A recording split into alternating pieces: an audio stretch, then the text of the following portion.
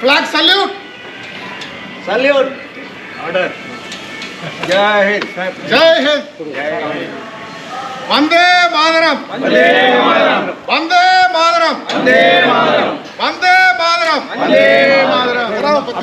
இந்த போட ஒரு நிமிஷம் நில்லுங்க சார். சார் வந்து ரமேஷ் காப்பு சார். இவருடைய புறா வந்து இன்னைக்கு உலக அளவில் வந்து பிரபலமா இருக்கு. இன்னொன்று இந்த புறா பார்த்தீங்கன்னா இப்போ விட்டுறோம் இல்லையா, கரெக்டா எங்க போனாலும் அவர்கிட்ட அவர் வீட்டுக்கு போய் சேர்ந்துடும். இவருக்கு முன்னாடி இதெல்லாம் வீட்டுக்கு திரும்புங்க. சமீபத்தில் இந்தியா ஃபுல்லா ஒரு இந்த புறா வந்து எத்தனை ஒவ்வொன்றுக்கும் ஒவ்வொரு முன்னாடி வாங்க. திரும்பி இந்த பக்கமா திரும்புங்க, அந்த பக்கம் பார்க்காதீங்க, புறவை பார்க்காதீங்க.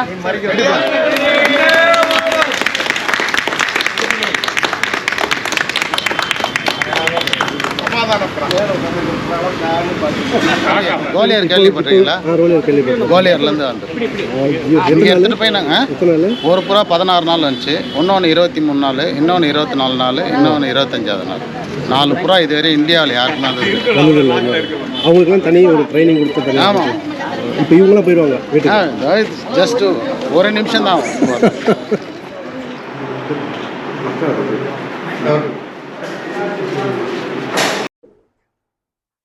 தமிழ்நாடு பத்திரிகையாளர் சங்கத்தின் சார்பில் நடைபெற்று கொண்டிருக்கும் 78வது சுதந்திர தின விழாவிற்கு வருகை தந்து தேசிய கொடியேற்றி மிகப்பெரிய ஒரு சிறப்புரை வழங்க உள்ள 3 முதல்வருடன் விருது பெற்ற காவல்துறை கண்காணிப்பாளரும் ஓய்வு பெற்ற துணை ஆணையரும் என்னுடைய வழிகாட்டியுமான மா கருணாநிதி சார் அவர்களே, மற்றும் சங்கத்தின் முக்கிய நிர்வாகிகளே, இதில் கலந்து கொண்டு சிறப்பித்துக் கொண்டிருக்கக்கூடிய ஐயா பொதுச் செயலாளர் உட்பட அனைவருக்கும் வணக்கத்தை தெரிவிச்சுக்கிறேன். கவிஞர் செந்தேவாசன் ரொம்ப அற்புதமாக நிகழ்ச்சியை தொகுத்து வழங்கிட்டு இருக்காரு. நான் வந்து மிகப்பெரிய பிரம்மாண்டமான நிகழ்ச்சிகளுக்கு தான் அவரை பயன்படுத்தணும்னு நினைப்பேன். இது ஒரு சாதாரண நிகழ்ச்சி இருந்தாலும் அவருக்கு இன்னைக்கு நிறைய நிகழ்ச்சிகள் இருந்திருக்கும் எனக்கு தெரியும். எனக்கு தெரிஞ்சு அது எல்லாத்தையும் அவர் தவிர்த்துட்டு இங்கே வந்திருப்பாருன்றது அதுக்கு ஒரு பலத்த கைத்தறல் கொடுப்பேன். கலாம் ஐயா உட்பட, இசைஞானி இளையராஜா உட்பட எல்லாருடைய ஆஸ்தான ஒரு நெறியாளர் அவர். உங்களுக்கெல்லாம் தெரிஞ்சு வந்து அவர் வந்து ஒரு நிகழ்ச்சி தொகுப்பாளர், கவிஞர், எழுத்தாளர் தான். அவர் ஒரு திரைப்பட பாடலாசிரியரும் கூட. ஸோ இப்படி பன்முகம் கொண்டவர். அதே மாதிரி வந்து வரவேற்புரை வழங்கிய நம்முடைய மத்திய சென்னை மாவட்டத்தினுடைய தலைவர் கவிமாமணி முனைவர் தாமரை பூவண்ணன் சார். பூவண்ணன் சார் வந்து என்னுடைய நண்பர் கிடையாது, எங்கள் அப்பாவுடைய நண்பர். அவரு அடுத்து என் பையனுக்கு ஒரு நண்பர் வருவார். ஆமா, இல்ல இவர் அந்த துறைக்கு போயிடுவாரு. வாங்க உட்காருங்க. அவர் வந்து பாத்தீங்கன்னா செங்கரும்பு இதழ் மட்டும் இல்ல, அவர் வந்து ஒரு தொழிற்சங்கவாதி, ஒரு மத்திய அரசு பணியில் இருந்தவர். தான் பணியில் இருக்கும் பொழுது நம்மளுடைய நிறுவன தலைவரோடைய மிகவும் தீவிரமாக பணியாற்றியவர். அதற்கு பிறகு அவரே வந்து ஒரு சிறு பத்திரிகையாளர்களுடைய அமைப்பினுடைய மாநில தலைவராகவே அவர் தேர்தல் மூலமா தேர்வு செய்து வந்தார். அப்படி ஒரு அமைப்பினுடைய மாநில தலைவராக இருந்தது கூட அவருக்கு அங்க சில உடன்பாடுகள் இல்லாமல் தலைவருடைய இந்த அமைப்பை நம்ம வலுப்படுத்தணும்னு சொல்லிட்டு அதை அவர் விட்டுட்டு இங்க ஒரு சாதாரண உறுப்பினராக நான் வரேன் இங்க வந்தாரு. அதுக்கு ஒரு பெரிய விஷயம். யாருமே வந்து ஒரு அமைப்புல தலைவராக இருந்துட்டு இங்க வரமாட்டாங்க. அப்படி எதுவும் வந்தாரு. இவருக்கு இவ்வளவு பேரால எங்களுக்கு என்ன பண்றதுன்னு தெரியல. அதனால வந்து நீங்க மத்திய சென்னை மாவட்டத்தை ஃபார்ம் பண்ணி பண்ணோன்னா அது மாதிரி சிறப்பா அவருடைய செயலாளர் எல்லாம் அந்த டீம் ஃபுல்லாக இன்னைக்கு நல்லா பண்ணிட்டு இருக்காங்க. அதே மாதிரி சோலை தமிழன் வேற நிகழ்ச்சி முடிச்சுட்டு வந்துட்டு இருக்காரு. நான் அதனால தான் நன்றி உரையில் போட்டேன், நீங்கள் வாங்க சார் கரெக்டாக இருக்கும் அப்படின்ட்டு. மற்றும் இங்கே முன்னிலை வைத்து கொண்டு இருக்கக்கூடிய நம்மளோட மாநில பொதுச் செயலாளர் அது கழுகு sir, Jana sir, Lakshmanan sir, MD Ramalingam sir உட்பட எல்லா நிர்வாகிகள், அதுக்கப்புறம் அம்மா, அப்புறம் எனக்கு எந்த ஒரு விஷயத்துக்கும் மனசுல இடம் கொடுத்து இந்த இடத்துல இடம் கொடுக்கறதுக்கு காரணமாக இருந்தவர் ராஜா சாரும் வரலட்சுமி மேடமும். ஸோ நேரம் கருதி விஷயத்துக்கு வரும். ஏழுமலை சார், எல்லாருக்கும் என்ன கொடுத்தீங்க இன்னைக்கு? மிட்டாயா என்னது? அவருக்கு 70 என்ன இப்போ 77 வயதாகுது. அவர் தான் கொடி கட்டுறாரு இந்த வயசுல. ஆமா, இதுக்கு முன்னாடி ஒரு ஆபீஸ்ல காலையில வந்து பாக்குறோம், எப்படி கொடி கட்ட போறோம்னு யோசனை பண்ணிட்டு அப்படின்னு யோசனை பண்ணிட்டு வந்தா அங்க ஒரு 4 பில்டிங் தள்ளி ஒரு கிரெயின் இதுல ஏறி அங்க பில்டிங் டெமாலிஷன் நடந்துட்டு இருக்கு.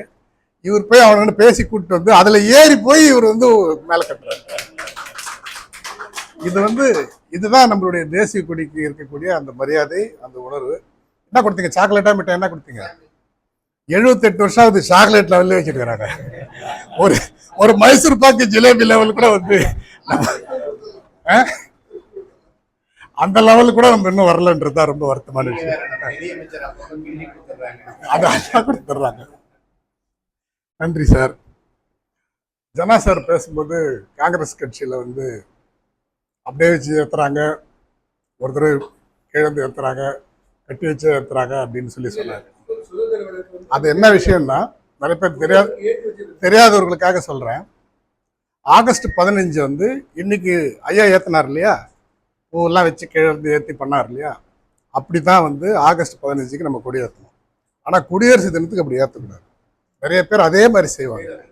அப்படி செய்யக்கூடாது. ஏன்னா சுதந்திரம் பெற்றுவிட்ட பிறகு நம்ம குடியரசுக்கு வந்து வரோம். அதனால வந்து அதை அடையாளப்படுத்துவது விதமாக அந்த டிஃபரன்சியேஷனுக்காக நம்ம என்ன செய்யணும்னு சொன்னா, ஏற்கனவே அந்த பூவெல்லாம் வச்சு கொடியை மேலேயே வச்சிடணும். கொடியை மேலேயே வச்சுட்டு ஜனவரி 26க்கு ஏற்றும் போது ஆல்ரெடி இருக்கணும். அது சிறப்பு அழைப்பாளர்கள் வந்து அதை அங்கே அப்படியே ரிலீஸ் பண்ணணும். ஸோ இதுதான் வந்து ஒரு வித்தியாசம். அடுத்து 3 முதல்வர்களும் விருது பெற்ற நேர்மையான காவல்துறை அதிகாரி, அதாவது ஒரு முதலமைச்சர் பாராட்டுறதுங்கிறதே ரொம்ப கஷ்டம். சாதாரணமாக எந்த முதலமைச்சர் விருது வாங்குறதா சாதாரண விஷயம் கிடையாது. எவ்வளோ கஷ்டம்னு தெரியல. இன்னொன்று வந்து பார்த்தீங்கன்னா, எந்த ஒரு இது துறையுமே பார்த்தீங்கன்னா யாரோ ஒருத்தரை சார்ந்த ஒரு சாயமோ வந்துடும். ஒரு ஒரு அரசனுடைய ஒரு பாராட்டி கௌரவிக்கப்பட்டார்கள்னா அவர்கள் நிச்சயமா அடுத்த இதுல வந்து பாராட்ட மாட்டாங்க, கௌரவிக்கப்பட மாட்டாங்க. குறிப்பா அதிகாரிகளும் அதே மாதிரி சூழல்ல தான் இருப்பாங்க. ஆனா மக்கள் திலகம் எம்ஜிஆர், டாக்டர் கலைஞர், புரட்சி தலைவர் ஜெயலலிதா 3 முதலமைச்சர்களுமே அவர்களுடைய பீரியட்ல சிறந்த காவல்துறை அதிகாரின்னு சொல்லிட்டு ஒருத்தர் தொடர்ச்சியா பாராட்டியிருக்காங்கன்னா எனக்கு தெரிஞ்ச கருணாநிதி சார் மட்டும்தான். மிகவும் நேர்மையானவர், மிகவும் நேர்மையானவர். இன்னொரு விஷயம் என்னன்னு சொன்னா, விவாதங்கள் எத்தனை பேர் கவனிச்சிருப்பீங்கன்னு தெரியாது. ரொம்ப காம்ப்ளிகேட்டடான விஷயங்கள், ரொம்பவும் கான்ட்ரவர்சியான விஷயங்கள், ரொம்ப சென்சிட்டிவான விஷயங்கள், குறிப்பா காவல்துறை சம்பந்தப்பட்ட விஷயங்கள் இதெல்லாம் இருந்துச்சுன்னாக்கா அந்த தரப்புல இருந்து அந்த தரப்பினருக்காக அந்த தரப்புல இருந்து அவங்களுடைய காவல்துறையினுடைய ரெப்ரசன்டேட்டிவா அந்த விவாதத்தில் பேசக்கூடியவர் யாருன்னு பார்த்தீங்கன்னா, அதுல முதல் ஆளா கருணாநிதி சாரா இருப்பார். அவர்கிட்ட என்ன ஒரு ஆச்சரியம் நான் பார்த்ததுன்னு சொன்னா, தான் சார்ந்த துறை அப்படிங்கிறதுக்காக அதை வந்து எப்படியாவது வந்து நியாயப்படுத்தணும்னு சொல்லியோ, இல்லை அதை வந்து எப்படியாவது வந்து கன்வின்ஸ் பண்ணணும்னு சொல்லியோ ஒரு நாளும் அவர் பேச மாட்டார். அவருடைய தரப்பிலிருந்து, அதாவது காவல்துறை தரப்பிலிருந்து ஒரு தவறு நடந்திருந்தால் அதை அவர் ஏற்றுக்கொண்டு இது மாதிரி செய்திருக்கலாம், ஆனால் இது மாதிரி நடந்திருக்கு அப்படிங்கிறத ரொம்பவும் நாணயமாகவும் நேர்மையாகவும் எதிர்கொண்டு அதற்கான சொல்யூஷனை சொல்லுவார். அவருடைய அந்த விவாதங்கள், பொதுவாக விவாதங்கள் பார்த்தீங்கன்னா பெரும்பாலும் விவாதங்கள் வந்து நம்ம யாரும் ரசிக்கிறது இல்லை. நிறைய தொலைக்காட்சியில் நடக்கிற விவாதத்தினால தமிழ்நாட்டில் நடக்கிற ஒரே நன்மை என்னன்னா, அந்த டயத்தில் குழந்தைங்களுக்கு சாப்பாடு விட்டுறாங்க காமிச்சு. அந்த பாரு பயங்கர சண்டை நடக்குது, சாப்பிட்டு சார் குழந்தைக்கு பயந்து ஏதோ ஒரு பெரிய கலவரம் நினைச்சு சாப்பிட்டு வாங்கம்மா. அப்படிதான் நிறைய விவாதங்கள் இருக்கு. கருணாநிதி சார் போன்றவர்கள் ஒரு சிலர் கலந்துக்கக்கூடிய விவாதங்கள் தான் ஆக்கப்பூர்வமான விவாதங்களா இருக்கு. ஆனால் எதுக்கும் தீர்வு சொல்ல முடியாது, தீர்வும் கிடைக்கிறது இல்லை. இருந்தாலும் வந்து அவருடைய அந்த மெச்சூரிட்டியும் நம்ம ஒரு ஒரு ஒரு சார்பாக நம்ம இந்த இடத்துல பேசணும் அப்படிங்கிற ஒரு விஷயமும் வந்து அவர்கிட்ட என்றைக்குமே இருந்தது கிடையாது. அந்த அந்த ஹானஸ்ட் இன்னைக்கு இருக்கும். 3 முதல்வர்களை விருது பெற்றெல்லாம் கடந்து வந்தாலும் இன்னைக்கும் அவர் வந்து அவருடைய துறை சார்பான ஒரு ரெப்ரஸன்டேட்டிவாக இன்னைக்கு இருக்கார். நிறைய ஸ்டேட்டுக்கு போகிறார், நிறைய இடங்களுக்கு போகிறாரு. 2-3 நிகழ்ச்சிக்கு நம்ம அவரை பிளான் பண்ணும்போது அவருக்கு கரெக்டாக செட் ஆகலை. அந்த நேரத்தில் வேற ஊர் இந்த மாதிரியே இருந்துச்சு. இந்த தடவை வந்து அவர் நான் கண்டிப்பாக வரணும் அப்படின்னு யோசிச்சதுக்கு ஒரு முக்கியமான காரணம். அந்த காரணம் அவர்கிட்ட நான் இன்னும் சொல்லலை. அந்த காரணத்தை சொல்கிறதுக்கு முன்னாடி நமக்கு எப்படி நேர்மையான உண்மையானவங்களாம் வந்து தானாக வராங்கங்கிறதுக்கான ஒரு உதாரணம் நம்மளுடைய புலவர் ஐயா ரத்னவேல் ஐயா. அவர் சொன்னார், சுபாஷுக்கு தான் தெரியும் என்ன ரகசியம். அதாவது இன்னைக்கு ஏடிஎம் பார்த்துருக்கோம், பேடிஎம் பார்த்துருக்கோம், இல்லை fund transfer, bank transfer, net transfer என்னென்னோ சொல்கிறோம். ஆனால் அதெல்லாம் எல்லாத்துக்கு முன்னாடியே புரட்சி தலைவர் மக்கள் திலகம் எம்ஜிஆர் ஒருத்தருக்கு உதவி செய்யணும்னு சொல்லி, யாருக்கும் தெரியாமல் ஒரு உதவி செய்கிறேன், இல்லை ஒரு பிரச்சனை நீ போ உனக்கு வந்து சேரும் அப்படின்னு சொல்கிறாருன்னா, அன்னைக்கு இருந்த ஒரே டிரான்ஸ்ஃபர் யாருன்னா புலவர் ரத்னவேல் ஐயா தான். எப்படி வந்து அந்த இடத்துக்கு போய் சேருன்னே தெரியாது. எத்தனை பேருக்கு தெரியும்னு தெரியல. ஒரு 16mm ப்ரொஜெக்டரில் ஒரு ஸ்க்ரீனிங் நடந்துச்சு ராமாவரம் தோட்டத்தில். ப்ரொஜெக்டரு ஃபிலிம்லாம் உள்ளே போச்சு, யாரும் உள்ள அலௌடு இல்லை. அமைச்சர்கள்லாம் வெளியே உட்காந்துருக்காங்க. என்ன நடக்குதுன்னே தெரில. 4 மணி நேரம் கண்டினியூவாக 4 மணி நேரம் உள்ளே எதுவுமே தண்ணிக்குன்னு எதுவுமே உள்ளே கொண்டு போக முடியல, லாக் பண்ணிட்டாங்க. 4 மணி நேரத்துக்கு அப்புறம் கதவு திறந்ததுக்கப்புறம் ப்ரொஜெக்டர் 16mm ப்ரொஜெக்டர் பிரிண்ட் எல்லாம் வெளியே போச்சு. என்னன்னு பார்த்தா தில்லானா மோகன் அம்பாள் படம், 16mm படம். ஆர்எம்ஐ உட்பட பெரிய எல்லாம் ஆளுங்களாம் இருந்தாங்க. இந்த படத்தையே என்னத்துக்கு தலைவர் போட்டு பார்த்துன்னு இது புரியலையே. அதுக்கப்புறம் வெளியே வராரு விடுதலை புலி பிரபாகரன் அவர்கள். விடுதலை புலி பிரபாகரன் அவர்களுக்கு புரட்சி தலைவர் எம்ஜிஆர் தமிழ் கலாச்சாரம் என்னன்னா, தமிழ் பாரம்பரியம் என்ன அப்படிங்கிறது அந்த படத்தை போட்டு காமிச்சு அவங்களுக்கான ட்ரெஸ்ஸுக்கான ஆர்டர் அன்னை கூப்பிட்டு இஷ்யூ பண்ணுறாரு. அது மட்டும் இல்லை, எத்தனை பேருக்கு தெரியுமோ தெரியாதோ, முதல் தொகையாக அவருடைய போராட்டத்துக்கு வலிமை சேர்ப்பதற்காக 2 கோடி ரூபாய் முதல்ல கொடுத்தாரு. அதற்கப்புறம் 5 கோடி ரூபாய். அன்றைய காலம் நினைச்சு பாருங்க. அந்த காலகட்டங்களில் 80sல 2 அப்புறம் 5 7 கோடி ரூபாய் இருந்தாரு. அந்த தொகையை கொண்டு போய் கொடுத்தவர் ஐயா நெடுமாறன் ஐயா. அதே மாதிரி பார்த்தீங்கன்னா நிறைய பேருக்கு இதெல்லாம் வெளியில சதக்கல்ல தெரியக்கூடிய விஷயங்கள். அமைச்சர் கூட தெரியாம யாருக்காவது எம்ஜிஆர் உதவி செய்யணும், ஒருத்தர் கஷ்டம்னு வராங்க அவங்களுக்கு செய்யணும் அப்படின்னு சொன்னா அந்த குடும்பம் ஒருத்தர் எதிர்பார்த்துட்டு இருக்கோம். அந்த முகம், அந்த தலை தெரியுதான். அந்த தலை எதுன்னா நம்மளுடைய புலவர் தலை. புலவர் தான். அதாவது எந்த அளவுக்கு ஒருத்தர் மேல நம்பிக்கை இருந்தா புரட்சி தலைவர் யாருக்கும் தெரியாமல் ஒருத்தருக்கு உதவி செய்யணும்னு சொன்னா அந்த பணத்தை கொண்டு போய் கொடுக்கக்கூடிய நபரா இவர்கிட்ட அந்த பொறுப்பை படிச்சிருப்பாரு. அதுக்கு வந்து இன்னொரு விஷயம் என்னன்னா, சிலர் வந்து எப்பவுமே சிலருடைய கல்யாணத்தெல்லாம் ஒரு ப்ரோக்ராம் போட்டு வச்சிருந்தார். அப்புறம் எம்ஜிஆர் இறந்துட்டார். ஒருத்தருக்கு வந்து ஒரு பொண்ணு கல்யாணம் வந்துடுவாருன்ட்டு முன்னாடியே எம்ஜிஆர் உறுதி சொல்லியிருந்தார். இப்போ முடிவான நேரத்தில் அவர் இறந்துட்டார். இப்போ கல்யாணத்தை நடத்தலாமா வேணாமான்னு யோசனை பண்ணிட்டே இருக்கும்போது தோட்டத்துலேருந்து ஃபோன் வருது அவருக்கு. பார்த்தா ஜானகி அம்மா லைனில் வராங்க. இத்தனாம் தேதி தானே உங்கள் பொண்ணு கல்யாணம் அப்படின்னு. ஆடி போய் என்ன கல்யாணம் நிறுத்திருந்தா என்ன யோசனை இருந்தாங்க. ஆமாம்மா, சரி நீங்கள் வாங்க அப்படின்னு போனால் ஒட்டுமொத்த சீரும் பணமும் அவங்க எடுத்து வச்சுருந்தாங்க. அவருக்கு ஆச்சரியமாயிடுச்சு. அப்போ ஜானகி அம்மா சொல்கிறாங்க, தலைவர் எல்லாத்தையும் எழுதி வச்சிருக்காரு. தலைவர் ஒப்புதல் கொடுத்த உடனே நான் இல்லைனாலும் இதெல்லாம் நடக்கணும்னு எழுதி வச்சிருக்காரு. அப்போது தன் மறைவுக்கு பிறகும் நம்ம சொன்ன ஒரு வாக்குறுதி நிறைவேற்றணும்னு சொன்ன எம்ஜிஆர் அதே மாதிரி இன்னொரு செயல் என்னன்னு சொன்னால், நான் பொறுப்பில் இருக்கும்போது பதவியில் இருக்கும்போது வீடு தரலாம், எல்லாம் தரலாம். புலவருக்கு வந்து அவர் கொடுத்துருக்குறாரு. இதில் என்ன ஒரு விஷயம்னா, நாளைக்கு பின்னாடி வேறு யாராவது வந்து எந்த ஆட்சியோ இல்லை கட்சிக்காரங்களோ யாரோ ஒருத்தர் வந்து இவருக்கு பிரச்சனை கொடுத்துடக்கூடாதுங்கிறதுக்காக எனக்கு தெரிஞ்சு எந்த ஒரு முதலமைச்சரும் செய்யாத விஷயம் அவருக்கு பத்திரப்பதிவு செய்து கொடுத்தாங்க இல்லையா? ரசீது உட்பட இதெல்லாம் வந்து ஆக்சுவலா வந்து பாத்தீங்கன்னா அவர் வந்து இதுல என்ன ஒரு விஷயம்னா என்ன விஷயம்னா அவர் நினைச்சிருந்தாருன்னா அன்னைக்கு வந்து எவ்வளவோ கொள்ளை அடிச்சிருக்கலாம், எவ்வளவு மிஸ்யூஸ் பண்ணிருக்கலாம், எவ்வளவு சம்பாதிச்சிருக்கலாம், எத்தனையோ பதவிகள் பொறுப்புகள் போயிருக்கலாம். இன்னைக்கு அமைச்சரா இருக்கக்கூடிய ஒரு பல பேரெல்லாம் வந்து இவர் வந்து நேரம் வாங்கி கொடுத்து பார்க்க வச்சவர், எம்ஜிஆர் கிட்ட தவறான புரிதல் உள்ளவங்களெல்லாம் இவர் சேர்த்து வச்சவர், புரிய வச்சவர், இந்த மாதிரிலாம் செஞ்சவர். இன்னைக்கு அங்க இருக்கக்கூடிய எத்தனையோ முக்கியமான பெரிய பெரிய மண்டபங்கள்ல இருந்து எல்லா இடமும் வந்து பார்த்தீங்கன்னா அவர் தான் ரொம்ப சாதாரணமா அந்த இடத்துக்கெல்லாம் உரிமை வாங்கி கொடுத்து எல்லாம் செஞ்சு கொடுத்தவர். ஆனா அந்த மாதிரி என்ன ஒரு விஷயம்னா அவருக்கு வந்து பெரிய சொத்து அதெல்லாம் இல்லை.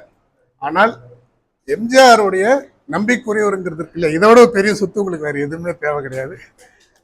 ஸோ அப்படிப்பட்ட புலவர் இங்க வந்திருக்காரு. ஏன் சொல்றேன்னா, கருணாநிதி சார் 3 முதலமைச்சர்கிட்ட விருது வாங்கினவர் இந்த கொடி கண்டிப்பா ஏற்றணும், இந்த தடவை நம்ம அவரை மிஸ் பண்ணக்கூடாது அப்படின்னு ஏன் நினைச்சேன் அப்படின்னு சொன்னா, இந்த 78வது சுதந்திர தினத்துல ஒரு சிறப்பு இருக்கு. அது என்ன சிறப்பு அப்படின்னு சொன்னா, பொதுவா வந்து நம்ம சுதந்திரம் பெற்ற பிறகு 1974ஆம் ஆண்டு வரை, குறிப்பா சொல்ல போனா 73 இருக்கும், ஆளுநர்கள் தான் வந்து கொடி ஏற்றிட்டு இருந்தாங்க. அப்பவே அண்ணா சொல்லுவார், ஆட்டுக்கு எப்படி தாடி தேவையில்லையோ அப்படி நாட்டுக்கு கவர்னர் தேவையில்லைன்னு சொல்லி 73 இருக்கும் ஏத்திட்டு இருந்தாங்க. அப்படி இருக்கும் பொழுது இந்தியாவிலேயே முதல் முறையாக முத்தமிழ் அறிஞர் டாக்டர் கலைஞர் வந்து இந்திரா காந்தி, பாரத பிரதமராக இருக்கக்கூடிய இந்திரா காந்தி அவர்களுக்கு ஒரு கடிதத்தை எழுதினார். அந்த கடிதத்தில் அவர் என்ன குறிப்பிட்டாருன்னு சொன்னா, மக்களின் பிரதிநிதிகளாக இருப்பவர் தான் முதலமைச்சர், இது ஜனநாயக நாடு, அந்த ஜனநாயக நாட்டில் சுதந்திர தினத்தினுடைய கொடி ஏற்றுவதற்கு மக்களால் தேர்ந்தெடுக்கப்பட்ட முதல்வர் தான் ஏத்தனமே தவிர எப்படி வந்து ஒரு ஆளுநர் வந்து ஏத்தலாம். அதே மாதிரி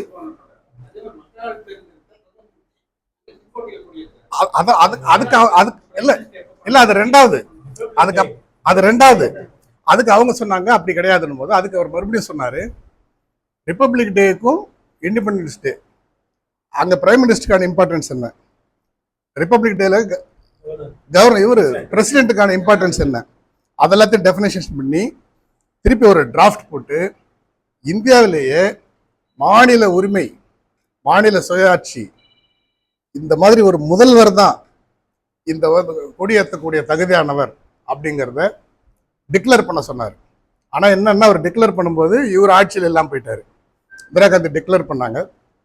டிக்ளேர் பண்ணதுக்கு அப்புறம் எப்படி ஆச்சுன்னா, குடியரசு தினத்தினுடைய கொடியை ஆளுநர், ஆமா, குடியரசு தினத்தினுடைய கொடியை வந்து ஆளுநர் ஏத்துறது, சுதந்திர தின கொடியை வந்து முதலமைச்சர் ஏத்துறது அப்படின்னு சொல்லி அப்போ ஃபிக்ஸ் பண்ணாங்க. இந்த அறிவிப்பு வந்து 1974 புரட்சி தலைவர் மக்கள் தலைவர் எம்ஜிஆர் முதலமைச்சரா வந்து அவர் தான் கலைஞர் அறிவிச்ச அந்த கொடியை ஏற்றுறதுக்கான வாய்ப்பு பெற்றார். இதுல என்ன ஒரு விஷயம்னா, இதுல என்ன ஒரு விஷயம் இல்ல, இவருதான் ஏத்தனார் இல்ல, அவருக்கு அடுத்துதான் வந்து அந்த பெனிஃபிட் அடைஞ்ச அடுத்த பர்சன் வந்து எம்ஜிஆர் தான். கலைஞர் சொல்லி பண்ணிட்டாரு. அப்ப வந்து அந்த இது எம்ஜிஆர் ஏத்தும் பொழுது அவர் வந்து இன்னைக்கு நான் முதலமைச்சரா இந்த கொடி ஏற்றுவதற்கு காரணமாக விளங்கியவர் கலைஞர் அப்படின்னு பேசுறாரு. அது வந்து அவர் வந்து அதை சொன்னார், இன்னைக்கு எல்லாருமே பண்றதுக்கு இந்த இடத்துல நம்ம வந்து கலைஞருக்கு நன்றி சொல்லணும்னு சொல்லி அதை பண்ணார்.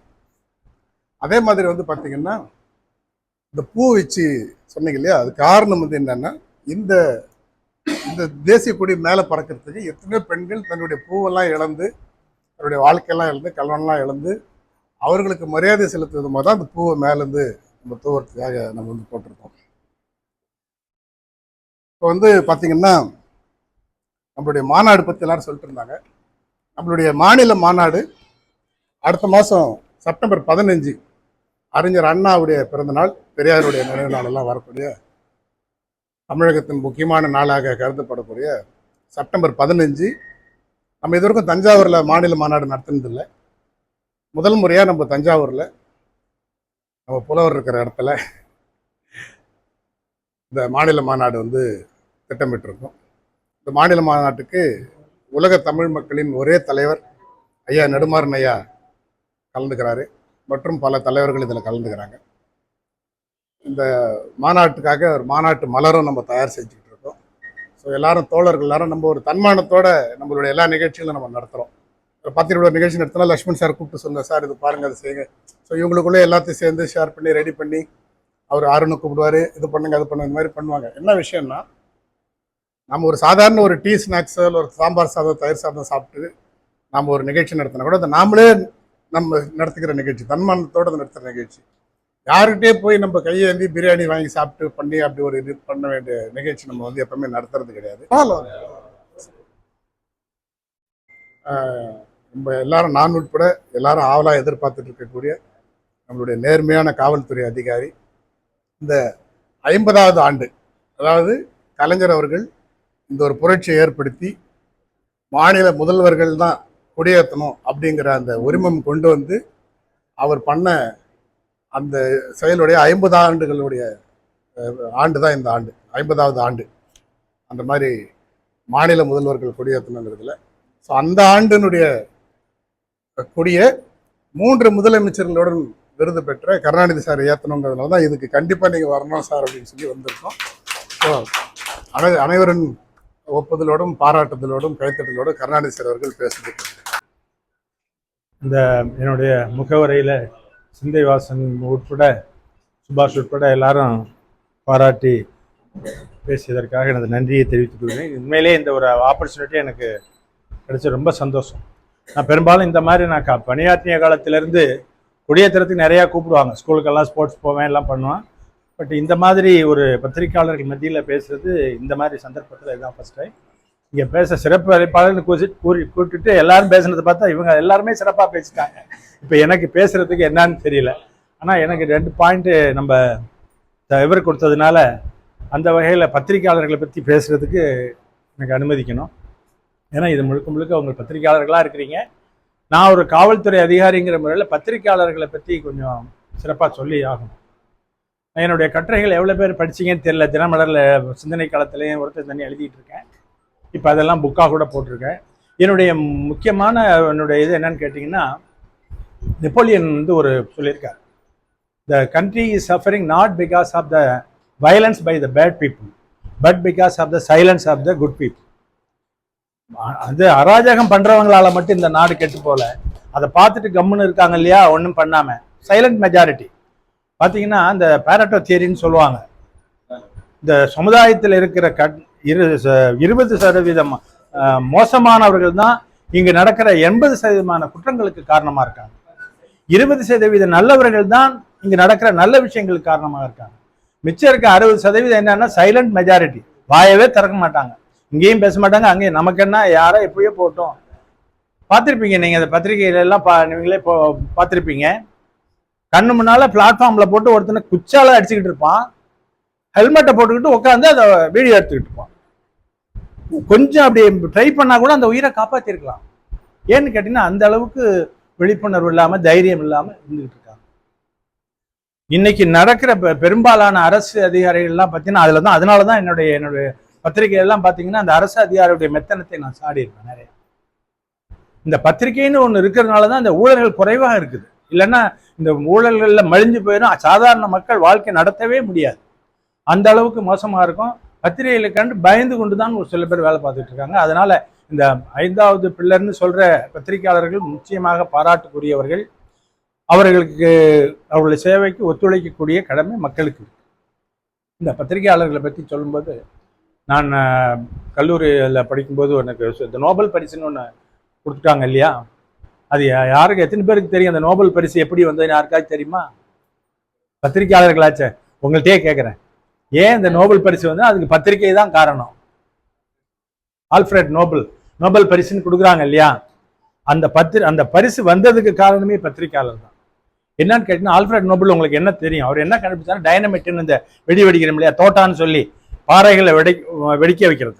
அதாவது பெரிய பெரிய பாறைகள்லாம் உடைச்சு தான் இது அணைகள் கட்டுறதுல இருந்து மலைகளை உடைச்சு பண்றதுக்காக கண்டுபிடிச்சது அந்த டைனமிட்.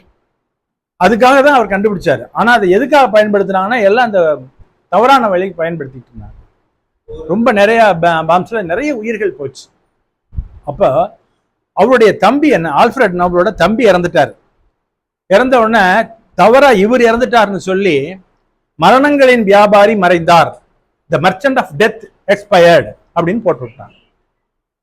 போட்டோடனே இவர் பாக்குறாரு, ஏன்னா நம்ம நாளைக்கு செத்தோம்னா நம்மள இப்படிதான் போடுவாங்க போல இருக்கு, மரணங்களின் வியாபாரில போடுவாங்க, நம்ம கண்டுபிடிச்சது நல்லதுக்காக கண்டுபிடிச்சோம், இவன் தப்பா யூஸ் பண்றான்னா நம்மளுடைய பெயர் இப்படி ஆகுதுன்னு சொல்லி கம்ப்ளீட்டா அவருடைய சொத்து எல்லாத்தையும் இதுல எப்படி பணம் வந்துச்சோ, இந்த டைனமிட்ல நிறைய ஏண்ட லாட் நல்ல மணி நிறைய சம்பாதிச்சிட்டாரு.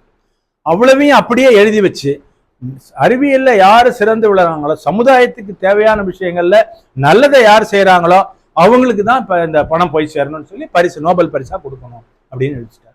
எதுக்கு சொல்ல வரேன்னா, ஒரு பத்திரிகையாளர்களாகத்தான் இந்த சமுதாயத்தில மிகப்பெரிய மாற்றத்தை, ஒரு மனிதனுடைய மட்டுமில்ல சமுதாயத்திலே மாற்றத்தை கொண்டு வர முடியும் இருக்கு. அதுல நீங்க இங்கேயே குறிப்பிட்டது மாதிரி ஒரு சிலர் தவறு செய்யறாங்க, கருப்பாடுகள் எல்லா இடத்துலயும் இருக்காங்க.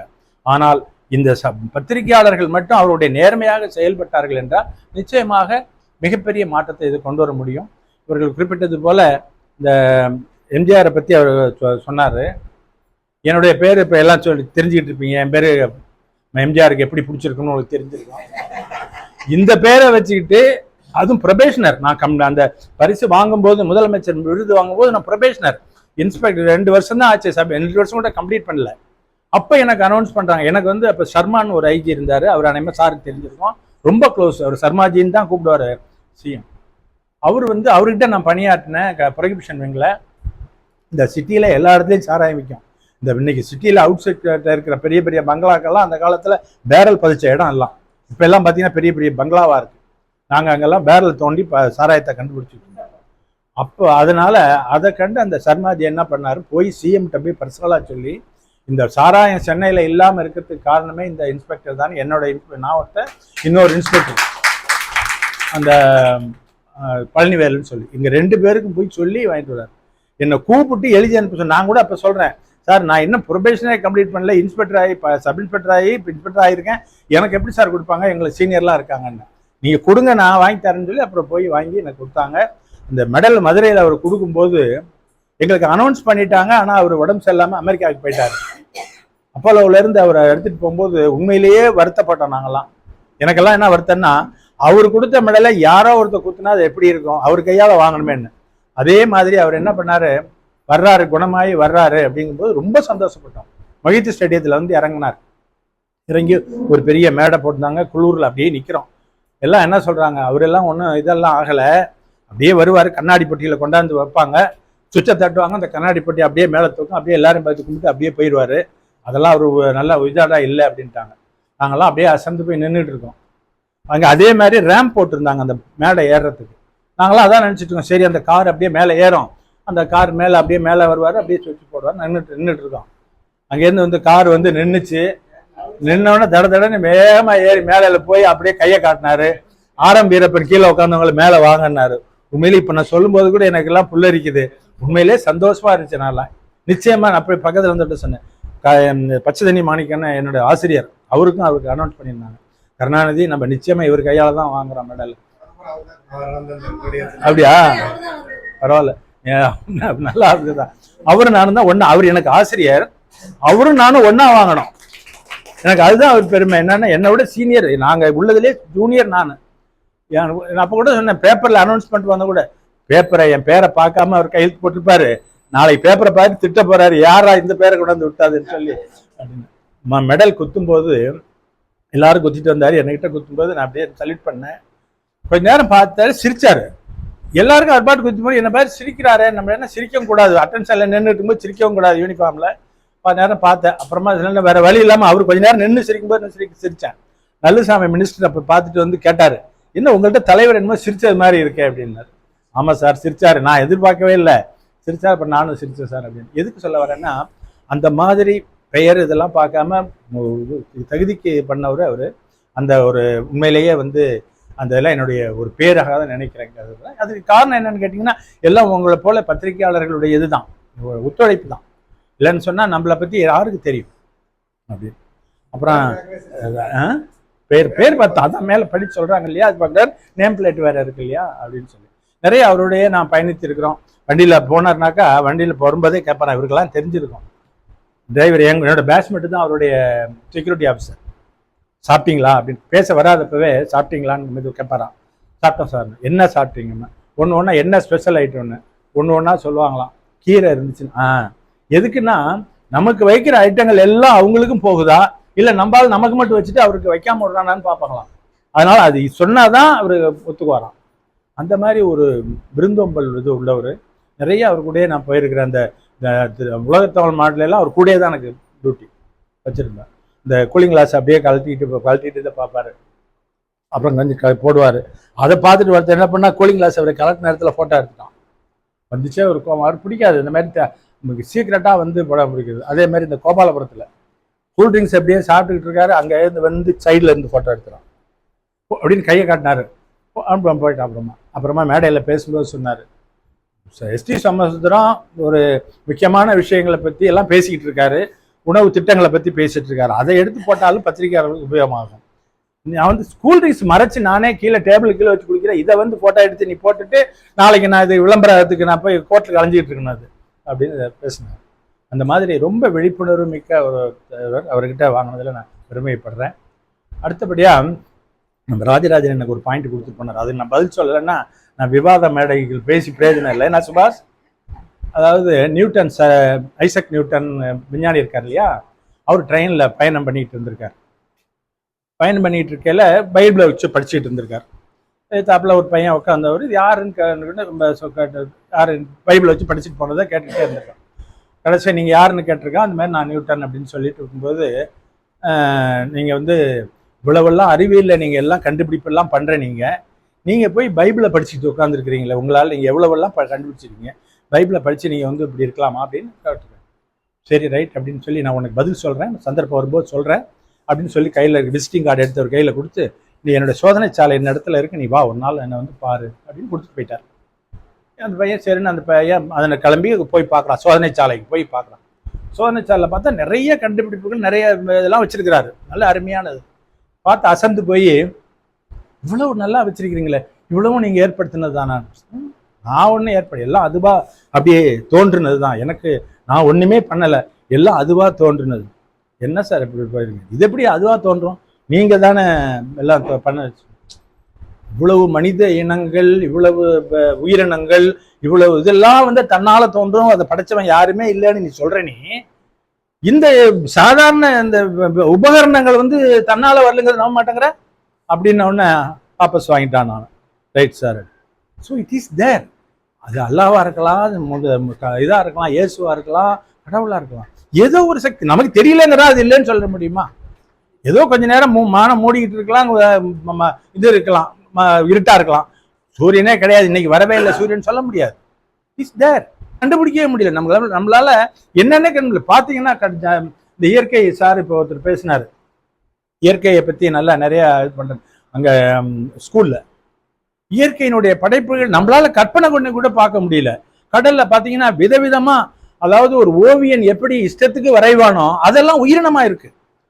அப்படி அந்த மாதிரி சிந்திக்கக்கூடிய சக்தி யாரோ ஒருத்தர் தானே இருக்கிறதுனால தான் முடியுது. நமக்கு தெரியலங்கிறதுனாலே அந்த மாதிரி ஒன்றும் கிடையாதுன்னு சொல்ல முடியாது. அதனால அந்த மாதிரி ஒரு எண்ணம் இருக்கும் வரைக்கும் தான் நம்மளோட செல்ஃப் டிசிப்ளின் வரும். செல்ஃப் டிசிப்ளின்ங்கிறதே எதனாலன்னு கேட்டீங்கன்னா, நம்மையும் மீறி ஒரு சக்தி இருக்கிறது. நல்லா ரொம்ப முயற்சி பண்றான், அவனுக்கு சக்சஸ் ஆக மாட்டேங்குது. ஆனா சாதாரணமா ஒரு சின்ன இது பண்றான், அவனுக்கு சக்சஸ் ஆயிடுது. ஆகையினால இதுக்கெல்லாம் காரணம் நம்மளால கற்பிக்க முடியாது. என்ன காரணம்னு காரணங்கள் நமக்கு தெரியாது. அதனால அதை நான் ராஜராஜன் அவர்களுக்கு சொல்றேன், அவருடைய வெற்றிக்கு காரணம் யாரோ ஒருவர் இருக்கிறார் சொல்லல. பட் மனசுக்குள்ள நம்மையும் மீறி ஒரு சக்தி நம்மளை இயக்கி கொண்டிருக்கின்றது எண்ணம் இருக்கும் வரைதான் மனிதனிடம் ஒரு ஒழுக்கம்னு இருக்கும். இல்லைன்னு சொன்னா அவன் திசை மாறி போயிடுவாங்கிறதுனால அதை நம்ம பண்ணிட்டு போறதுல தப்பு கிடையாது. அதை நம்ம பண்ணணும். அதனால இந்த சந்தர்ப்பத்தை எனக்கு கொடுத்தமைக்காக உங்கள் எல்லோருக்கும் நன்றியும், முக்கியமாக சுபாஷ் அவர்களுக்கு என்னுடைய மிகப்பெரிய நன்றியை தெரிவித்துக் கொள்கிறேன். நன்றி, வணக்கம். எனக்கு ரொம்ப நாள் என்ன டவுட்னா, திருவள்ளுவருக்கு உண்மையிலே வாசிக்கு இருந்தாங்களா அப்படின்றது டவுட். ஏன்னு சொன்னா, என்னை பொறுத்த வரைக்கும் உண்மையிலே திருவள்ளுவருக்கு வந்து வாசிக்கு இருந்திருந்தாங்கன்னா அவரால் 4 குறள் கூட எழுதியிருக்க முடியாது.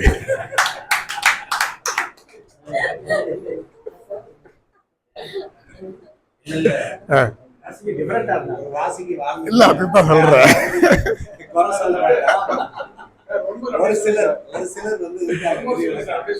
அதாவது ரொம்ப நாளா இருக்கு டவுட்டு, திருவள்ளுவருக்கு வாசிக்கு இருந்தாங்களா அப்படின்றது டவுட்டு. ஏன்னு சொன்னா, உண்மையிலே திருவள்ளுவருக்கு வாசிக்கு இருந்திருந்தாங்கன்னா அவரால் ஒரு 4 குறள் கூட ஒரு நிம்மதியாக எழுதியிருக்க முடியாது அப்படிங்கிறது.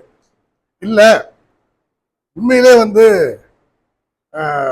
வாசிக்கு அவர்லாம் இருந்தாங்க அப்படின்னு செஞ்சிருந்தாங்கன்னா, அதை தாண்டி அவர் இவ்வளோ குறள் எழுதினாருன்னா அது வந்து உண்மையிலே சாதனையான ஒரு விஷயமா தான் வந்து பார்க்குறோம்.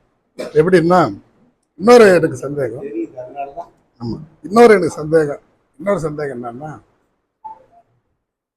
வாசிக்கையோட திருவள்ளுவர் வந்து உண்மையிலே உதாரண புருஷர்களா 2 பேரும் வாழ்ந்தாங்க அப்படிங்கிறது உண்மையா இருந்தா, அவர் எழுதின அறத்துப்பால் ஏத்துக்கலாம், பொருட்பால் ஏத்துக்கலாம், காமத்துப்பால் எப்படி எழுதியிருப்பாரு அப்படிங்கிறது. காமத்துப்பால் உண்மையிலே திருவள்ளுவர் எழுதியிருந்தாருன்னா அப்போ அவர் வந்து வாசிகையோட வந்து உண்மையான ஒரு ஆத்மாத்மான ஒரு கணவருங்கிறது வந்து எப்படி நம்ம அதை வந்து சொல்ல முடியும் அப்படிங்கிறது. இது வந்து பாத்தீங்கன்னா ஜென்னி மார்க்ஸ் வாசிகி என்ன திருவள்ளுவருக்காக சாக்ரிஃபைஸ் பண்ணாங்கன்னு நமக்கு தெரியல. ஆனால் பாரதியாருடைய ஒய்ஃபு என்னென்னலாம் அவமானப்பட்டாங்க, எவ்வளோ துன்பப்பட்டாங்கன்றதுலாம் நம்ம கேள்விப்பட்டோம். அதையும் கடந்து ஜென்னி மார்க்ஸ் எப்பவுமே பார்த்தீங்கன்னா இரவெல்லாம் எழுதுவார். கார்ல் மார்க்ஸ் இரவெல்லாம் எழுதிட்டு இருப்பாரு. ஒரு நாள் வந்து அவரால் எழுத முடியாம டிஸ்டர்ப் ஆயிடுச்சு. என்ன டிஸ்டர்ப் ஆயிடுச்சுன்னு தெரியல, அவரால் எழுத முடியல. ஏதோ ஒரு விஷயம் வந்து நார்மலா இருக்கிற விஷயம் மாறிடுச்சு. என்னன்னா, எப்பவுமே அவர் எழுதும்போது ராத்திரில அவருடைய மனைவி ஜென்னி மார்க்ஸ் அவங்க ஒரு கடுமையான உழைப்பாளி. கல்லெல்லாம் தூக்கி ஜல்லிலாம் தூக்கிட்டு பயங்கரமா வேலை செய்யக்கூடிய ஒரு தொழிலாளி. அந்த உழைப்புல வந்து கடுமையான உழைப்புல வந்து அசந்து படுத்துருவாங்க நைட்டு. அந்த குழந்தை பால் இல்லாம ராத்திரி எல்லாம் அழுதுட்டே இருக்கும். அந்த குழந்தை அழுகுற சத்தம் இருக்கு இல்லையா, அதுதான் அவருக்கு வந்து ரெகுலரா கேட்குற சவுண்ட். அவர் பாட்டு எழுதிட்டு இருப்பார். இப்ப பாத்தீங்கன்னா நம்மள கூட்டு போய் ரயில்வே ட்ராக் பக்கத்துல படிக்க வச்சா நம்மளால தூக்கம் வராது. ரயில் போச்சுன்னா எழுந்துருவோம், அலறிடுவோம், தூக்கமே வராது. ஆனா ரயில்வே ட்ராக்ல இருக்கிறவனை கொண்டு வந்து நம்ம வீட்டுல தூக்க வச்சா அவனால தூக்க முடியாது இல்லையா? அவனுக்கு அந்த சத்தம் கேட்டுனே இருக்கணும். அது இல்லைன்னா அவனுக்கு ரொம்ப ஒரு மாதிரி ஆயிடும். அந்த மாதிரி கார்ல் மார்க்ஸ்க்கு வந்து டிஸ்டர்ப் ஆயிடுச்சு. என்ன டிஸ்டர்ப் ஆயிடுச்சுன்னா, அந்த குழந்தை அழுவலை. டெய்லி அழுகுற குழந்தை அன்னைக்கு அழுவலை. அந்த அமைதி வந்து அவரை டிஸ்டர்ப் பண்ணுது. என்னடா அது ஏதோ ஒரு விஷயமா இர்ரெகுலரா இருக்கு, என்னன்னு தெரியல. அப்புறம் தான் அவருக்கு தெரியுது, குழந்தை எப்பவுமே அழுவில்லை இன்னைக்கு அப்படின்னு போய் பார்க்குறாரு. என்னாச்சுன்னு போய் பார்த்தா, அவர் பார்த்த அந்த காட்சி இருக்கு இல்லையா, மிகவும் கொடூரமான ஒரு காட்சி. அவங்க ஜென்னி மார்க்ஸ் மார்பில் பால் வராம ரத்தத்தை உறிஞ்சி அந்த குழந்தை குடிச்சிட்டு, அதனால அதோட அழுகை நின்று. அப்பதான் அவர் என்ன முடிவு பண்றாரு, எவன் ஒருவன் தன் குடும்பத்தை பற்றி கவலைப்படுகிறானோ அவனே உண்மையான கம்யூனிஸ்ட் அப்படிங்கிற ஒரு முடிவுக்கு வராரு. இது வந்து ஜென்னி மார்க்ஸினுடைய அந்த காடு. இன்னைக்கு நம்மளுடைய நிறுவன தலைவர் இன்னைக்கு இவ்வளவு பெரிய அமைப்பை கொண்டு வந்திருக்காரு, செஞ்சிருக்காரு. இத்தனை இடத்துல இத்தனை பத்திரிகையாளர் உருவாக்கி இருக்கிறாரு. பத்திரிகைக்கான உரிமையெல்லாம் இவ்வளவு போராடி செஞ்சிருக்கிறார், பண்ணியிருக்கிறார் அப்படின்னு சொன்னா, அது வந்து எனக்கு மளிகை சாமான்லாம் வாங்கி கொடுத்துட்டு நீ ஒரு மீட்டிங்கு போன்னு சொல்லியிருந்தா அன்னைக்கே நின்று போயிருக்கோம். எனக்கு தீபாவளிக்கு வந்து புடவை வாங்கி கொடுத்து ஆகணும்னு சொல்லியிருந்தாங்கன்னா அன்னைக்கு நடக்கக்கூடிய மாவட்ட கூட்டம் கூட நடக்காம போயிருக்கும். எனக்கு தேவையானது முதல்ல செஞ்சுட்டு அதுக்கப்புறமா நீங்கள் வந்து சங்கத்துக்கு போங்க செஞ்சீங்கன்னு சொல்லியிருந்தாங்கன்னா எதுவுமே நடந்திருக்காது. ஸோ இதெல்லாம் வந்து அவரால் செய்ய முடியுதுன்னா அதுக்கு மிகவும் காரணமாக விளங்கியவங்க. வாசுகி பற்றி எனக்கு தெரியாது, நாங்கள் நேரில் பார்த்தது எங்கள் அம்மாவை.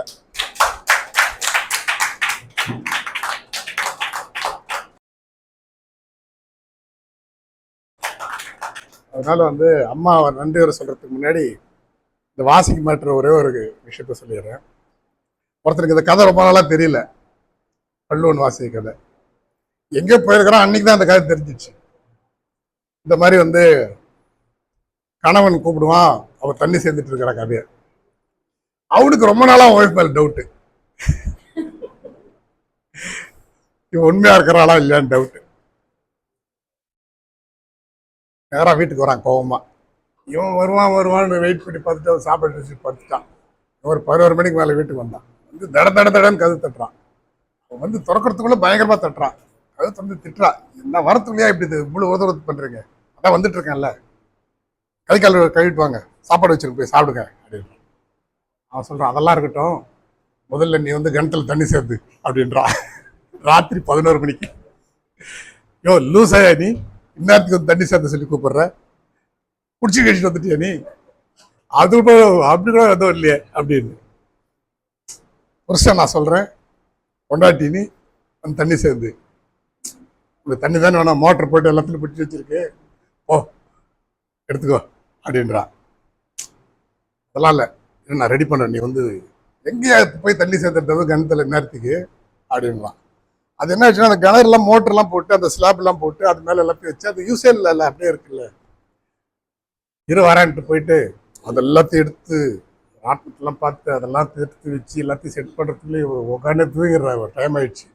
அப்புறம் போய் எழுப்புறான், சரி எல்லாம் ரெடி ஆயிடுச்சு நீ வான்னு. என்னையா பண்ண சொல்கிறாரு, அது கிணத்துல தண்ணி சேர்ந்து.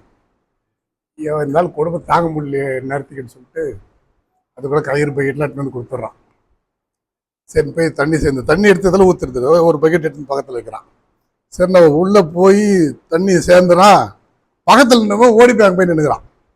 இவன் ஏன் ஓடி போய் நின்றுக்கிறான் அப்படின்ட்டு அங்கே போய் நின்று கூப்பிட்றான், இரியா வரேன் அப்படின்ட்டு ஃபுல்லாக தண்ணி சேர்ந்து மொத்த பக்கெட்டை எடுத்து வச்சுட்டு உங்களாம் தொழிச்சு என்ன சொல்லிடணும், புருஷங்காரன் கூப்பிட்டா அப்பவே வரணும், இவ்வளோ லேட்டாலாம் வரணும், இதான் அவங்க டக்கான்ற மாதிரி. மறுபடியும் வரேன்ட்டு தண்ணி எல்லாத்தையும் கீழே ஊற்றிட்டு, இப்போ நீ மறுபடியும் தண்ணி சேர்ந்துற, நான் எப்போ கூப்பிட்றனோ அப்போ அப்படியே விட்டு வரணும் அப்படின்னு. ஏன்னா அவளுக்கு அந்த கதை தெரியாது, இவனுக்கே இன்னைக்கு தான் தெரியும். என்னடா இருந்தாலுன்ட்டு சரி போன்ட்டு மறுபடியும் தண்ணி சேர்த்தும் போது கரெக்டாக பாதி பக்கெட் வரைக்கும் நின்று பார்த்துட்டே இருக்கிறான். பாதி வரப்போன்னு தெரிஞ்சவொடனே தூரம் போய் நின்றுக்கிறான். இப்போ கூப்பிட்றான், இங்கே வான்னு அப்படியே விட்டா வர்றது. ஆமாண்ணா விட்டா. இவனுடைய தாட்டு என்னன்னா, அந்த பக்கெட்டு அப்படியே பாதியிலே நின்னா அவன் நல்லவ, அவன் நமக்கு துரோகம் பண்ணாத உத்தமி அப்படின்னு அர்த்தம். அது சப்போஸ் கீழே விழுந்துருச்சுன்னா அவன் நமக்கு துரோகம் பண்ணிட்டான், அவன் நல்லவன் இல்லைன்னு இவனுடைய அதை டெஸ்ட் பண்ண தான் வந்திருக்கான். இது வந்து இந்த ஸ்லாப் இந்த இதெல்லாம் வந்து ரொம்ப நாளாக யூஸ் பண்ணல, அது மொத்தமே உள்ள விழுந்துடுது. அவன் பக்கெட் விட்ட ஃபோர்ஸுக்கு கயிறு பக்கெட் மட்டும் விழுந்தா பரவாயில்ல, அந்த மொத்தம் அந்த மேலே இருக்கிற அந்த ஸ்லாபுக்கு இப்போ மொத்தமே எல்லாமே சேர்ந்து ராட்டினம் கேட்டு மொத்தமே எல்லாமே உள்ள விழுந்துட்டு, ஐயோ நான் ஏமாத்திட்டேன்னு தலையில அடிச்சுக்கிட்டு கத்துறான். ஜனங்கள்லாம் சேர்ந்துடுறாங்க, எல்லாரும் கூடிடுறாங்க. அவளுக்கும் என்னன்னு தெரியல, பக்கத்துக்கு போயிட்டு கேள்விலாம் கேட்குது, என்னமாச்சு பிரச்சனைக்கு பேய் என்ன தெரியலங்க, வந்தாரு கருத்துல தண்ணி சேர்ந்து சொன்னாரு, கயிறு கூட சொன்னாரு, விட்டேன் கடனே இஞ்சி விழுந்துச்சு. என்ன பிரச்சனை அப்போ சொல்றான், உங்களுக்குலாம் திருவள்ளுவர் வாசிய கதை தெரியுமா, தெரியாதுப்பா சொல்லுப்பா, இந்த மாதிரி கதை எனக்கு இது மேலே ரொம்ப நாளாக சந்தேகம், அன்றைக்கே புரோக்கரை சந்தேகப்பட்டு சொன்னான், நான் தான் நம்பாமல் போயிட்டேன் அப்படிலாம் சொன்னோன்னா அவளுக்கு இப்போ தான் தெரியுது, ஆஹா இந்த கதையை கேட்டு தான் இப்படி சொல்கிறேன். பலார்னு ஒரு அடி விட்டா. அவன் அப்படியே அசந்து போய் பார்த்தான், அந்த நாயே பக்கெட்டு பாதியில் நிற்கணும்னா நான் வாசிக்காக இருந்தால் மட்டும் பத்தாது, நீ திருவள்ளுவராக இருக்கணும்.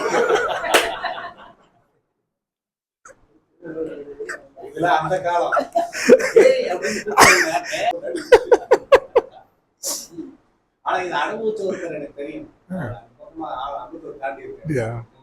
இதெல்லாம் வந்து சொல்றாங்க, இப்படியெல்லாம் சொல்லி இதெல்லாம் ஒரு பக்கம் இருக்கு.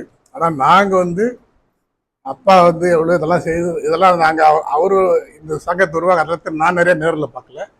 ஆனால் அதுக்கு பின்விளைவுகள் வீட்டில் நடந்த எல்லாத்தையும் நான் நேரில் பார்த்துருக்கேன். ஆமாம். அதனால இன்னைக்கு நாங்கள்லாம் இன்னைக்கு ஒன்றா இருக்கிறதுக்கான காரணமாக இருக்கக்கூடிய அப்பாவுக்கு அப்புறமா எங்களெல்லாம் வழி நடத்திக்கூடிய அம்மா அவர்கள் எல்லாருடைய சார்பாக நன்றி உரை வழங்கணும்.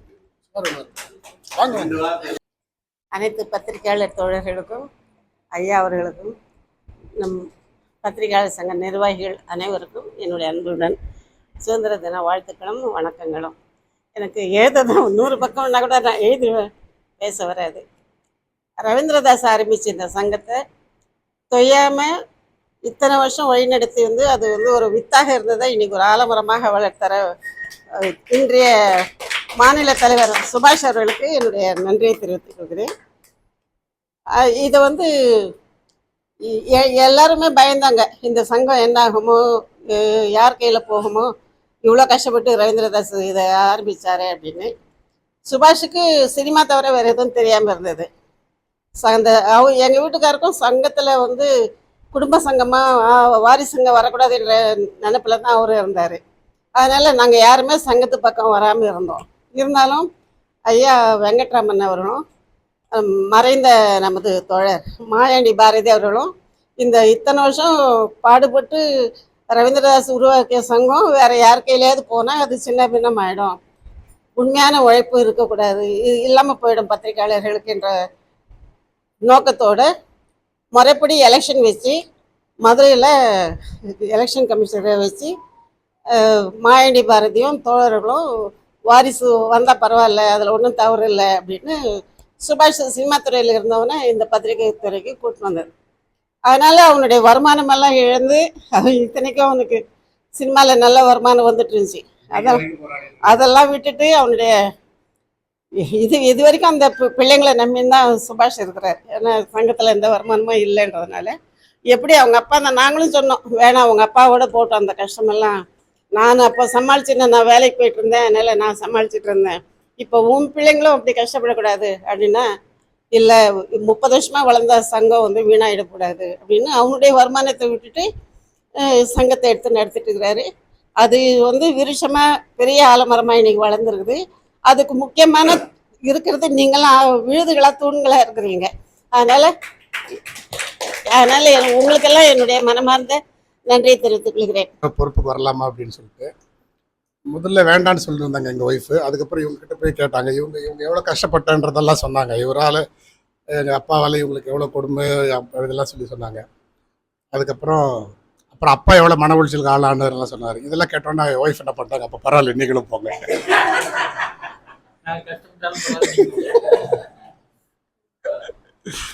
நன்றி.